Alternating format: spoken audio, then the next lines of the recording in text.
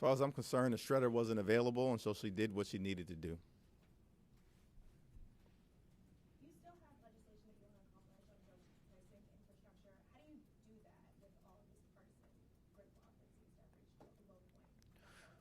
Well, House Democrats have taken the position consistently, led by Speaker Pelosi, that we are going to work with President Trump whenever and wherever we can on behalf of the American people, but disagree when we must. When our values or the ideas of American democracy or his efforts to decimate the middle class and those who aspire to be part of it are implicated. This is not just talk on behalf of House Democrats. We've walked the walk. Every single thing that President Trump pointed to as an accomplishment on behalf of the American people occurred because of leadership from House Democrats. President Trump pointed to criminal justice reform and the First Step Act. That started in the House, an effort led by Doug Collins on the Republican side and many House Democrats. With respect to the U.S.-Mexico-Canada trade agreement, that is an accomplishment because of leadership from Speaker Pelosi and Richie Neal and House Democrats, who indicated that we wanted to get to yes if we can substantially improve the agreement, which we did across a wide variety of areas, including labor rights, environmental rights, enforceability, and dealing with a pharmaceutical issue on behalf of the American people that needed to be addressed. President Trump pointed to paid family medical leave. That was an initiative led by House Democrats. And we made it clear, if you want funding for your so-called Space Force, we are going to need any spending agreement to provide paid family leave for millions of Americans, including our military families. And so we've already demonstrated a willingness to work with this president on behalf of the American people, notwithstanding any other issues that we may have with his incredible divisiveness, and we're going to continue to do just that. Mr. Jeffries, can you talk a little bit about the vote today, and do you have any concerns if it ends up being a bipartisan vote to acquit the president? Well, House managers have proven our case against President Trump with clear and convincing evidence, overwhelming evidence, and a mountain of evidence. President Trump corruptly abused his power by soliciting foreign interference in an American election solely for his personal political gain. We have proved that decisively as Republican senator after Republican senator, including Lamar Alexander and Lisa Murkowski, have publicly indicated. House managers have done our job as it relates to defending our democracy. It's time for the Senate to do their job, and I'll leave it at that. We'll see what happens on the Senate floor this afternoon. On the Senate floor, some of the Republicans were characterized your unwillingness, or your not subpoenaing John Bolton last fall as a mistake, as sort of showed that you were in too much of a hurry to get the articles over there. What do you make of that, and also do you anticipate that he will be subpoenaed soon? Well, the White House has made an incredibly duplicitous argument. On the one hand, the White House argues that we should have subpoenaed individuals like John Bolton. But then they go to court and argue that the House does not have the power to subpoena individuals like John Bolton. That is the argument that the White House is making right now through the Justice Department in court on the Don McGahn matter. My grandmother had an expression for that level of duplicity. They are talking out of both sides of their mouth, and it's all reckless lies. To begin with, John Bolton made it clear that if we subpoenaed him in the House, he would not comply. And so everything that John Bolton could have said, we've demonstrated through other witnesses, but it was nonetheless important for the Senate to act and hold a fair trial consistent with their past practice. Every single Senate trial in American history on the question of impeachment, and there have been 15, included witnesses. The average number of witnesses in the Senate impeachment trials that have taken place to date was 33. What's the number in the impeachment trial of President Donald John Trump? 0. That is not a fair trial. And that's the standard that the American people understand. So are you going to Catherine? now? That's a question for further discussion, and that'll be led, I presume, by the Speaker and by Chairman Schiff. Paul? Do you worry at all about politics of the impeachment process and whether it has ended better for Trump than when it started 3 months ago, 4 months ago? Well, I'll address that, but let me yield to Catherine as well. I don't, and I'll tell you why. Because it is always right to follow the truth and follow the facts. And what we have seen and been hoping is that patriotism would overtake Trumpism. And that is true with the American people. The American people understand what's at stake here. And Donald Trump will do a victory lap today, as we anticipate the Senate will vote for an acquittal. But history and the truth are right behind them, and they are going to overtake them. And that is, whatever party you're in, whatever reason you come to Congress, it is times like this in our American history where we have to stand up and do what's right and put the facts and follow the truth and follow our Constitution. And what we are seeing today is a choice to support a man, a flawed president, out of fear of his Twitter account, out of fear of drawing a primary opponent, out of your own political fear. And they have decided to put their own political ambitions and fears over that of our Constitution and the needs of the American people. So I have no regrets about this caucus, the majority in the House, that said we are going to do what's right. We are going to continue to do the work on health care and infrastructure, but we are also going to root out corruption and have our constitutional requirement of oversight be on 2 tracks, that we do both things. And what we have put forth and is uncontested, and which our impeachment managers have so brilliantly articulated for the American people and for history, is that democracy matters. And when we let a president use our military aid, use his office to try and dig up dirt on a political opponent, it is far more than the outcome of any one election.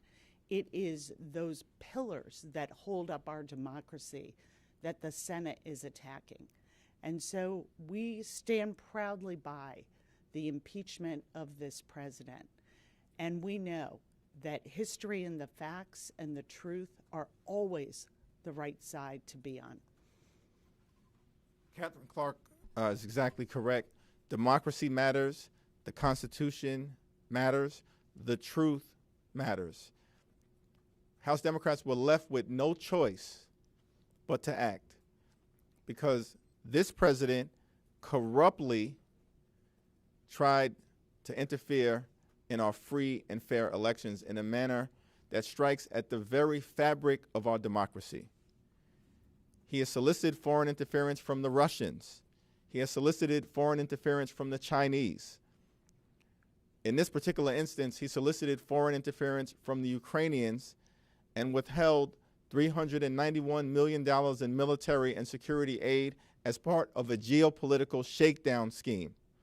We could not afford to stand on the sidelines in that instance. And so we moved forward. We did the right thing. Now it's on the Senate. America's watching. The world is watching. And the eyes of history are watching to see what the Senate will do with their constitutional responsibility. Cheryl? I have two questions. Given your role in impeachment, I wonder what it was like for you to be on the escort committee last night and to escort this president down the aisle. And then second, when you put on your realistic hat, like what really can be accomplished with this president in the remainder of this term? Well, from my standpoint, it was the right thing to do to continue to execute upon, my responsibility as the chair of the caucus, as is traditionally the case, to escort this president, as we would any president, into the House chamber. Needless to say, there wasn't a lot of conversation between me and him on the way in. But I executed my responsibility. With respect to moving forward with this president, when he mentioned infrastructure, you saw both sides of the aisle stand. Our infrastructure is crumbling. Our bridges, our roads, our tunnels, our airports, our mass transportation system crumbling. It's the right thing to do for the American people to try to infuse a significant amount of resources into fixing our infrastructure, or at least making a significant down payment in that regard. And if the president is serious about doing it in terms of fixing our infrastructure, then House Democrats are serious about getting something done, as we've demonstrated on criminal justice, on paid family leave, and on trade. Oh, yeah, Catherine. Can I just add, I think all we need to know about continuing to work with Donald Trump was set in the very first moments of the State of the Union, when once again the Speaker extended her hand and he refused to shake it. We will continue to work on things that are positive for Americans at home. We're going to continue to work on those issues that are important to them. If we can do that with the president and our colleagues across the aisle, we will continue to do that. But when someone won't even shake the hand of the Speaker of the House, it tells you where his priorities lie, and they are squarely with himself, not with the American people. I just wanted to ask, as you go forward now, where will your focus be? Will it be on continuing to investigate the president, or will it be more on the other issues that you've been concerned about? From the very beginning, our majority has been focused on dealing with kitchen table pocketbook issues to make life better for everyday Americans in connection with our For the People agenda. That is where our focus will continue to be, and hopefully we can find common ground on the infrastructure question. Let me make one or two other observations and then yield to Catherine. The president came into the House chamber and peddled lie after lie in an extraordinary fashion, two in particular that should shock the conscience. One, the Trump Justice Department is in court right now trying to strip away protections from pre-existing conditions that exist under law that would be devastating to more than 100 million Americans. Yet he said to the American people last night that he's trying to protect people with pre-existing conditions. That was a cold-blooded lie. President Trump also said that he inherited a mess. Inherited a mess? When Barack Obama came into office, the unemployment rate was at 10%. When he left, it was at 5%. When Barack Obama came into office, the stock market was at 6,000. When he left, it was north of 18,000. During the 8 years of Barack Obama's presidency, he reduced the deficit by $1 trillion. In the 8 years of President Bush's presidency, America lost approximately 500,000 private sector jobs. During the 8 years of Barack Obama's presidency, we gained more than 14 million private sector jobs. During Barack Obama's presidency, the automobile industry was saved from destruction. And during Barack Obama's presidency, more than 20 million previously uninsured Americans gained health care coverage, and more than 100 million Americans gained protection from pre-existing conditions that had not previously existed under law. That's a mess. That's a mess. Lie after lie after lie peddled to the American people. Final question? I wanted to ask, so at this point, if the president is reelected, I mean, you guys are potentially facing 4 more years, would you consider continuing investigations then, or what do you see for potentially 5 more years of working with Donald Trump? Well, our focus right now is on the congressional session that is in front of us and the opportunities to try to work together to get things done on behalf of the American people. It's very interesting that people were very skeptical of the notion when Speaker Pelosi and Chairman Neal and others said, we want to get to yes on the USMCA. Many of my Republican colleagues on the other side of the aisle were skeptical about that. You know why? Because they would have never done it. They would have never done it. Their goal during Barack Obama's presidency, as articulated, was to make him a one-term president. And on issues that they had previously agreed with, the framework for the Affordable Care Act was put into the public domain by the Heritage Foundation in 1989 or so, and then implemented into law by a Republican governor who became a Republican senator and was previously a Republican presidential nominee. But when Barack Obama put forward that framework that they put into the public domain, they rejected it because it was all about obstruction.